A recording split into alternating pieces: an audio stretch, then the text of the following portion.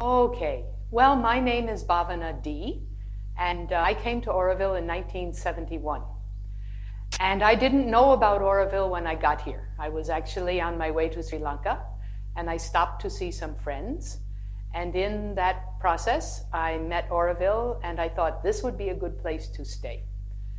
And actually, I was on a quest in India. I felt that I would find, and I didn't know it was Auroville until much later.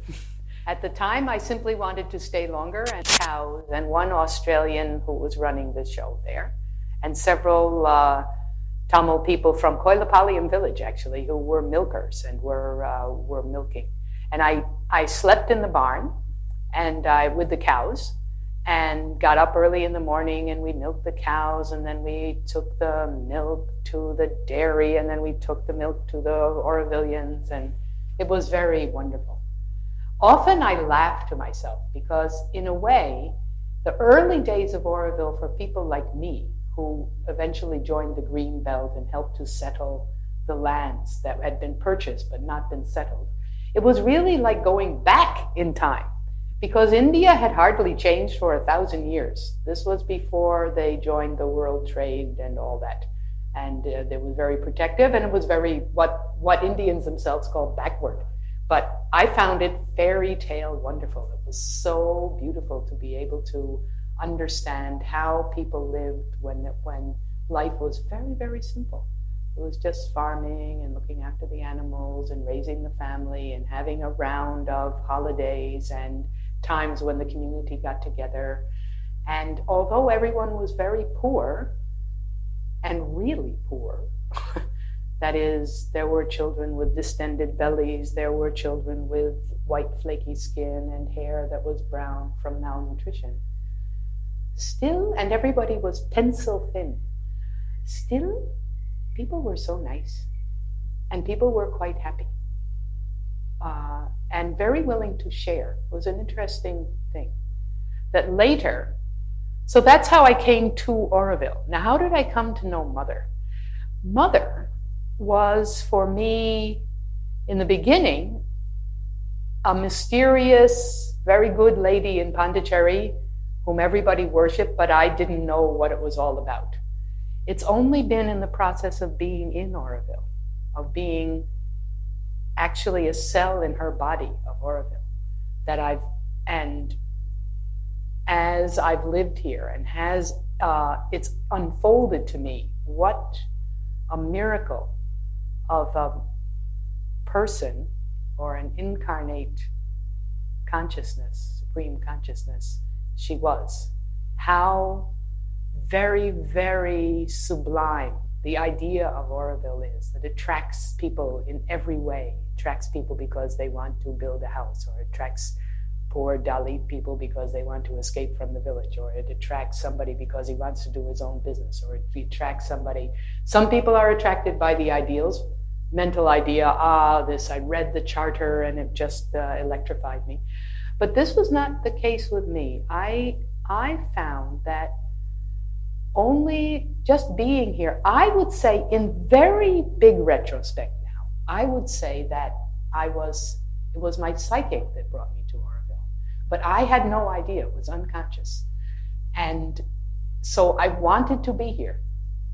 But my reasons were all not very good. And that's why I also appreciate anyone who comes for any reason. I figure, like me, they are coming, and later they will find out they will find out the deeper meaning of Auroville. Because I found out so slowly this amazing thing of setting up a place that attracts people to give their whole lives to a project. And the project has in it these things that sound good, like no laws, no money, no religion. It sounds freedom. But actually, as we proceed, we see it's actually slavery to the lower nature unless we change. And it's absolutely essential to change. If we don't make this change of consciousness, Auroville cannot succeed. And that dawned on me little by little as I lived in Auroville. And once it became really clear to me, which was only a decade or so ago, I'd been here a long time.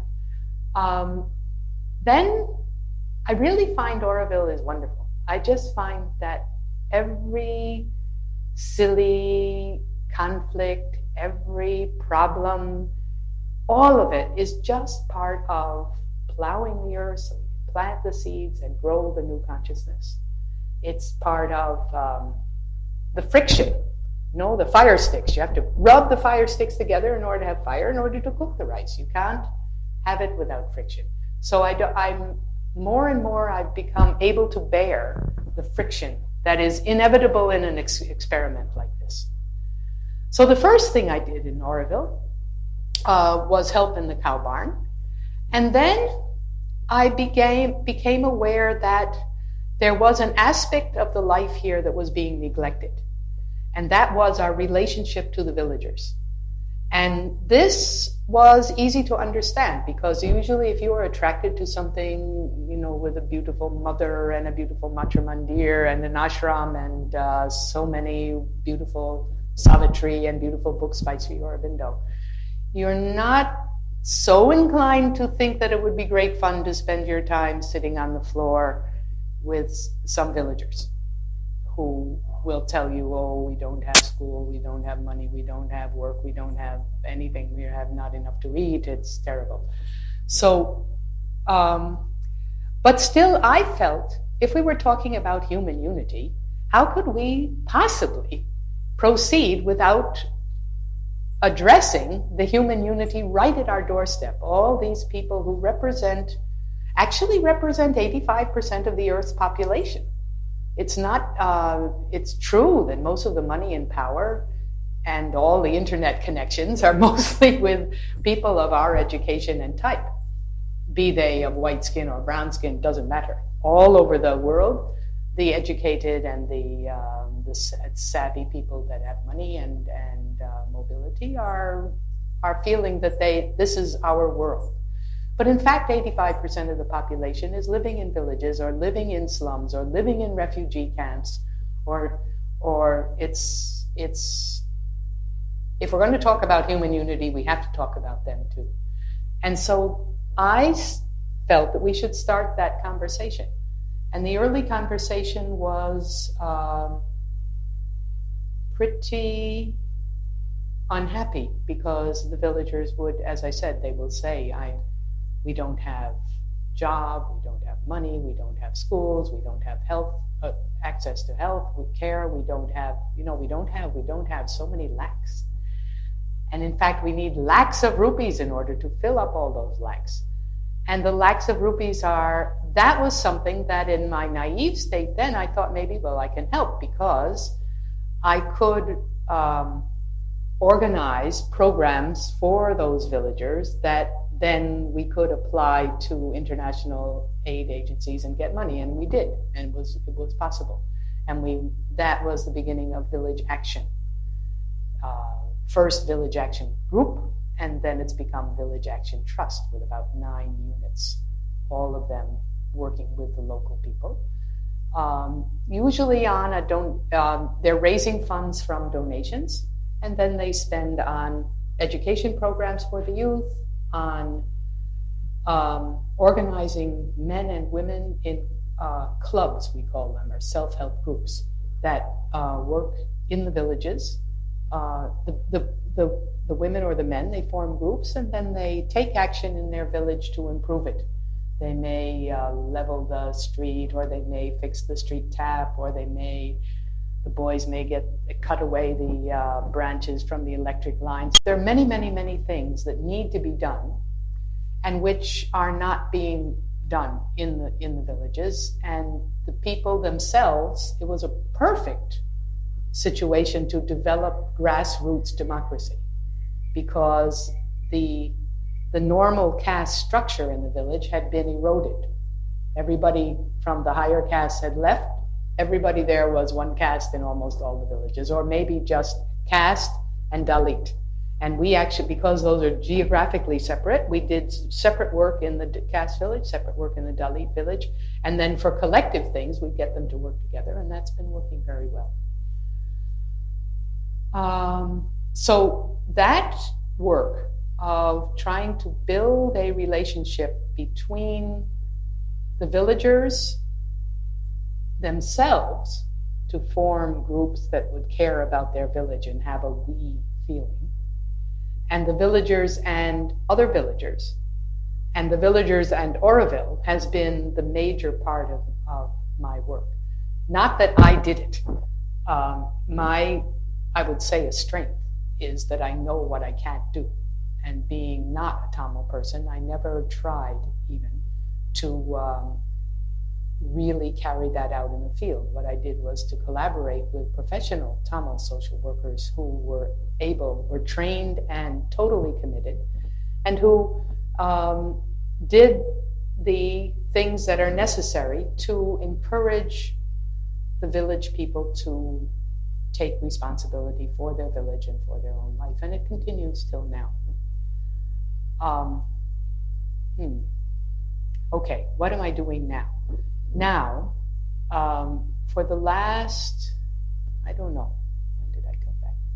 For the last, 5 or 10 years, I've been withdrawing from the work in Village Action, not completely, but as much as possible, and focusing more in the Auroville community of Verite. And Verite is a very interesting experiment, which I like very much because it enables me to work on community development with people who speak the same language as I do and who have roughly the same education and values. And we are attempting to make an integrated community. So we have an organic garden, we have all the buildings and the energy are alternative, solar. We cook organic food for our food. We have a guest house as a livelihood that supports the community and also gives an interesting experience to the guests. And we have a learning and wellness center, integral learning and wellness center that provides space for yoga and meditation retreats and workshops of all kinds, and also treatments, massage and Reiki and such. So the idea being to create a space which will not only provide through its workshops teaching, learning, training in skills which will be useful in living an integral life, but also to demonstrate an integral community where we are able, through our efforts, to, on all levels, on the physical level, on the community level, on the mental level, and with the spiritual level being the one that is guiding us, live an integrated life that is helping us to open to that consciousness, which is so required to make Auroville work. But also, this is the same consciousness that has to prevail on Earth to take us through the environmental and political crises that are facing the planet today. So, what do I think about Auroville? I think Auroville is the greatest thing that I know of. That is not to compare it with anything, but for me, because I think the basis of Auroville is the vision of Mother and Sri Aurobindo, which is the vision of a radical change in consciousness on the whole planet, in which the prevailing consciousness, instead of being the mental, egoistic, separating consciousness, becomes a holistic, ecological, in the sense of embracing all, understanding everything, seeing the need of the whole first. And this consciousness is just taking birth, as Mother was saying to us. And we're part of that birthing process. And there have to be many, many, many, many, many places all over the planet. And many, thousands, millions of people have to begin to touch into this consciousness to have it prevailing in the decisions they make and influencing their decisions in order to make this evolutionary step that Sri Aurobindo saw. So I have no, there's a sort of sadness that we're not perfect already. But it isn't despair in any way. Like our efforts, our struggles are so important. They're so part of what Auroville is. And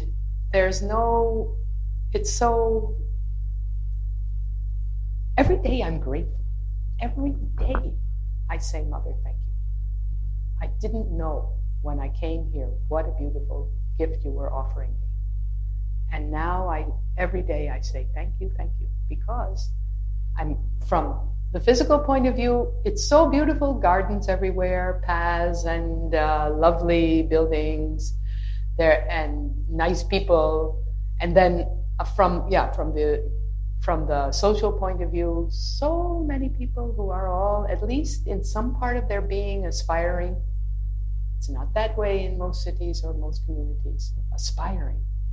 And then mentally, we have many of the same ideas, so it's possible. Like I was out in America recently for several months, and the difference when you come to Auroville, everybody has a new idea. Everyone here, this one is starting this one is starting that. It's as if everything was new. Now, outside, I had the feeling everything was collapsing, which I think it is, actually. The old world is collapsing. But in Auroville, everything is full of new ideas and new plans, and people are enthusiastic, wonderful word, full of the God force. And also, because, and this I've learned to appreciate, I didn't understand it when I first came. When a person like the Mother, such a rare, high intelligence and consciousness, when she intends something like Auroville, it's a powerful force, and we live in it. When I come back to Auroville, I can feel the level of my aspiration change. What I like to read changes. What I think changes. It goes up. It is more uplifted. It is rising to the challenge that Mother has set before us. So I'm full of hope for Auroville. I don't care how we shouldn't judge it by the ordinary ideas of the world. That's okay. We can do that also. But the real purpose of Auroville is to experiment, to research. That's what Mother said. And so that's what we're doing. And to do that, you have to make mistakes, and we make mistake after mistake. And I think that one project I have in the back of my mind right now is to try to make our experience, and especially all the mistakes that we made and the things that we've learned, available to this next generation of humans who are out there in the world, aware that the monetary system is corrupt, that the politics is completely corrupt, that the environment is degrading, that we're killing each other right, left, in wars, small wars, big wars. And there are people who know that there has to be a change, and who are looking for a change. And I think that our 42 years of experience will be useful in that conversation. And I want to prepare us to be useful to the global change.